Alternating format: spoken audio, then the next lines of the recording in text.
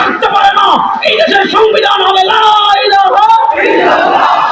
এই দেশের সংবিধান হবে লা ইলাহা ইল্লাল্লাহ। এবার নাস্তিকরা পেশ লাগাইছে কোথায়, আমি আপনাদেরকে বুঝাই। 1947 সালে পাকিস্তান হলো, বড় আশা এবং বর্ষা নিয়ে পাকিস্তান হয়েছিল। 47 থেকে 71 এই সংক্ষিপ্ত সময় পাকিস্তানের ক্ষমতায় যারা ছিল তারা আমাদের অধিকার দেয় নাই, তারা আমাদের উপর জুলুম করেছে, অত্যাচার করেছে। এই অত্যাচারের কারণে 1971-এর মুক্তিযুদ্ধ হয়েছে। একটা কথা যুবকরা একদম ক্লিয়ার করে মাথায় বসাবেন, 1971-এর মুক্তিযুদ্ধ পশ্চিমকালে ইসলামের বিরুদ্ধে ছিল। রাস্তা বললেন 1971-এর মুক্তিযুদ্ধ পশ্চিমকালেও ইসলামের বিরুদ্ধে ছিল। যদি বলেন 1971-এর মুক্তিযুদ্ধ ছিল পাকিস্তানের জুলুমের বিরুদ্ধে। বলেন 1971-এর মুক্তিযুদ্ধ ছিল পাকিস্তানের জুলুমের।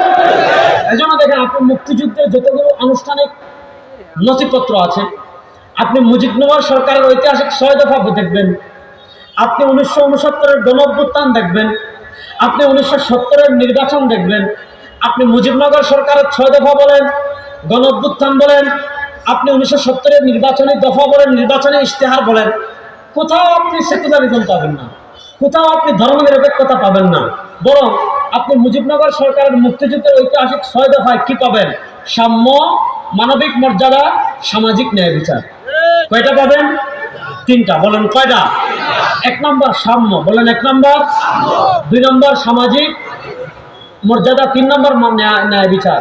এই 3টা মূলনীতিকে সামনে রেখে মুক্তিযুদ্ধ হয়েছে। এই 3টা মূলনীতির কারণে মুক্তিযুদ্ধ হয়েছে। এই দেশের মুক্তিযুদ্ধ, 1971-এর মুক্তিযুদ্ধ কখনো ইসলামের বিরুদ্ধে ছিল?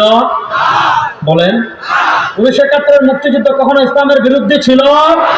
কিন্তু 71-এর পর 72-এ, যুবকরা ইতিহাস ভালো করে বুঝবেন, 72-এ শেখ মুজিবুর রহমান যখন ক্ষমতায় এলেন, গণফোরামের কামাল, পেটমোটা কামাল, এই কামালের মাধ্যমে আমাদের দেশের প্রথম সংবিধান লেখা হলো। এই কামাল সংবিধান লিখেছে বাংলাদেশে বসে না, ভারতে বসে। কোথায়? এই 72-এর সংবিধানে কামাল সাহেব প্রথম আনলেন সেকুলারিজম, ধর্মনিরপেক্ষতা। 72-এর আগে আমাদের মুক্তিযোদ্ধারাও এটা জানতো না যে তারা সেকুলারিজমের জন্য মুক্তিযুদ্ধ করেছে, ধর্মনিরপেক্ষ রাষ্ট্র প্রতিষ্ঠার জন্য মুক্তিযুদ্ধ করেছে, তারা জুলুমের বিরুদ্ধে জিহাদ করেছে। কিন্তু 72-এ তারা এসে প্রথম জানলো যে আমরা যুদ্ধটা করেছি মূলত ধর্মনিরপেক্ষ রাষ্ট্রের জন্য। আপনি জানেন, শেখ মুজিব সাহেব উনি 72-এর সংবিধানে তিনি সেকুলারিজম, ধর্মনিরপেক্ষতা যোগ করলেন। সংবিধানের 5ম সংশোধনী হলো, 5ম সংশোধনী সম্ভবত জিয়াউর রহমান সাহেবের আমলে হয়েছিল। উনি সেকুলারিজম বাদ দিয়ে সংবিধানে আল্লাহর উপর পূর্ণ আস্থা এবং বিশ্বাস যোগ করলেন। আল্লাহর উপর পূর্ণ আস্থা এবং বিশ্বাস, এটা আমাদের ঈমান। বলেন আল্লাহর উপর পূর্ণ আস্থা এবং বিশ্বাস, এটা আমাদের মুখ খুলে বলেন। আল্লাহর উপর পূর্ণ আস্থা এবং বিশ্বাস যদি কারো না থাকে, আল্লাহর উপর পূর্ণ আস্থা এবং বিশ্বাস নিয়ে কারো যদি সন্দেহ থাকে, সে মুসলমান না কাফের? আস্তে বলেন, সে মুসলমান না কাফের? তাহলে সংবিধানের 5ম সংশোধনী থেকে 2008 সাল পর্যন্ত এই দীর্ঘ সময় আমাদের দেশের সংবিধানে ধর্মনিরপেক্ষতা ছিল না। আমাদের দেশের সংবিধানে ছিল আল্লাহর উপর পূর্ণ আস্থা এবং বিশ্বাস। এমনকি আওয়ামী লীগ 1996 থেকে নিয়ে, বারবার যুবকরা শুনবেন, আওয়ামী লীগ 1996 থেকে শুরু করে 2001 সাল পর্যন্ত আওয়ামী লীগ এদেশের রাষ্ট্র ক্ষমতায় ছিল। ওই ক্ষমতায় থাকার সময়ও তারা আল্লাহর উপর পূর্ণ আস্থা এবং বিশ্বাস বাদ দেয় নাই, তারা আল্লাহর উপর সেকুলারিজমকে যোগ করে নাই। 2008 সালে বিচারপতি খায়রুল কবির, আওয়ামী লীগ যখন ক্ষমতায় এসেছে, প্রধান বিচারপতি খায়রুল কবির নিজে স্বপ্রণোদিত হয়ে হাইকোর্টের, সুপ্রিম কোর্টের মাধ্যমে আল্লাহর উপর পূর্ণ আস্থা এবং বিশ্বাস যোগ বাদ দিয়ে সেকুলারিজমকে আমাদের দেশের সংবিধানে যোগ করেছিল।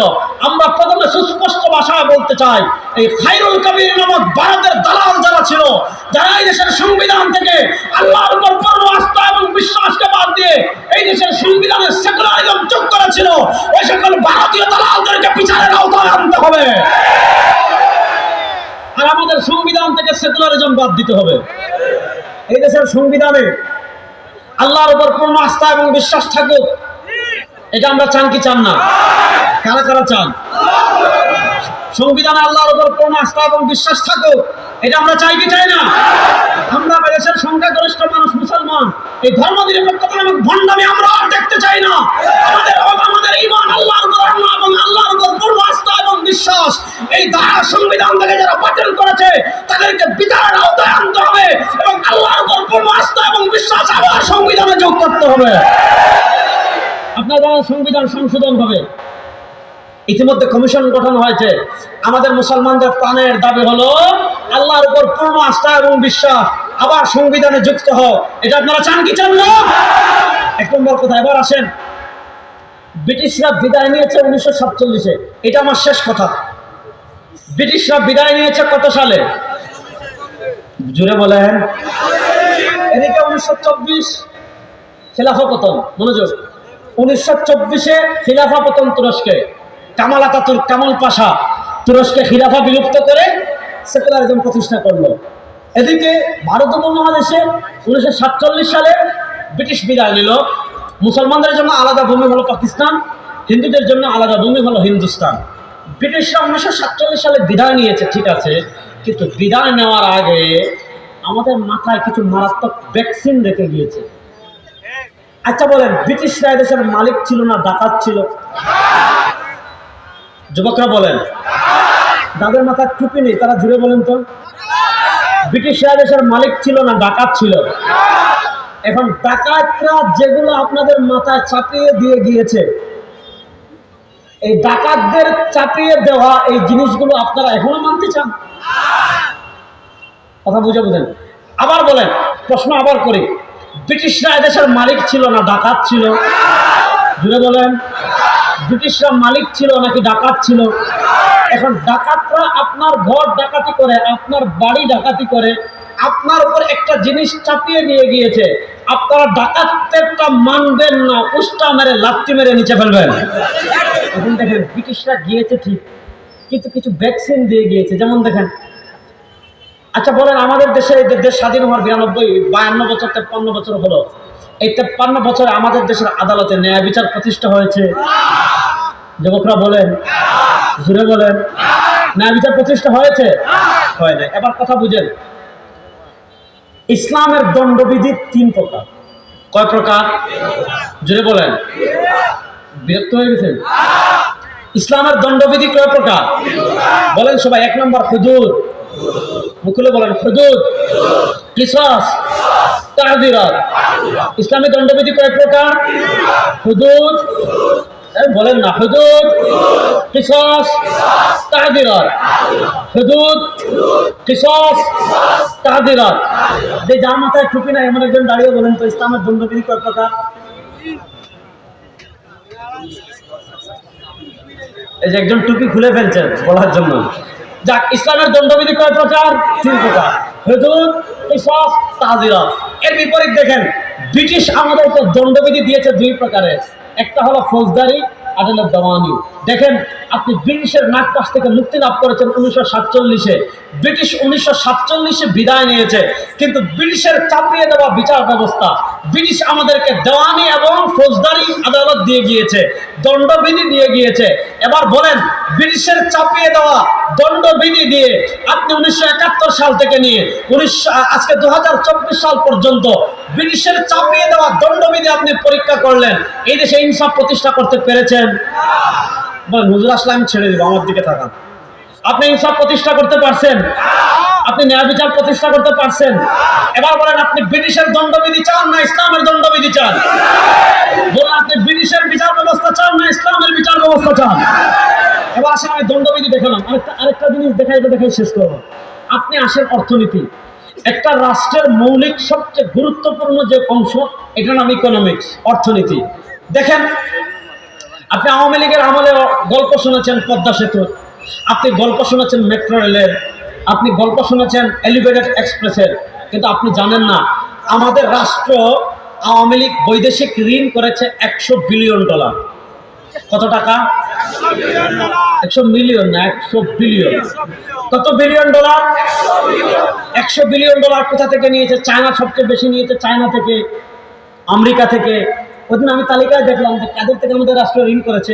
এই তালিকাটা চেক করে দেখলাম খুব সৌদি আরব থেকেও ঋণ নিয়েছে। এবার দেখেন এখানে যে এই $100 বিলিয়ন যে আমাদের রাষ্ট্রীয় ঋণ, মনোযোগ দিয়ে কথা বোঝেন, এই 100 বিলিয়ন যে রাষ্ট্রীয় ঋণ, এটা যদি প্রত্যেকের মাথা ভাগ করে দেওয়া হয়, তাহলে রাষ্ট্রীয় ঋণ আমাদের প্রত্যেকের মাথা পিছু আছে 1.5 লাখ। কয় লাখ? রেজাউল করিম আবরার, তার মাথায় রাষ্ট্রীয় ঋণ 1.5 লাখ। আল্লামা আব্দুল বাসিত খান সিরাজ হাফিজাহুল্লাহ, আল্লাহ হযরতকে সুস্থতার সাথে দীর্ঘ নেক হায়াত দান করেন। তিনি অ্যাক্সিডেন্ট করেছেন, আপনারা জানেন, অসুস্থ মানুষ। আমরা আশা করি আল্লাহ এর মাধ্যমে আখিরাত তার মর্যাদা বুলন্দ করেছেন।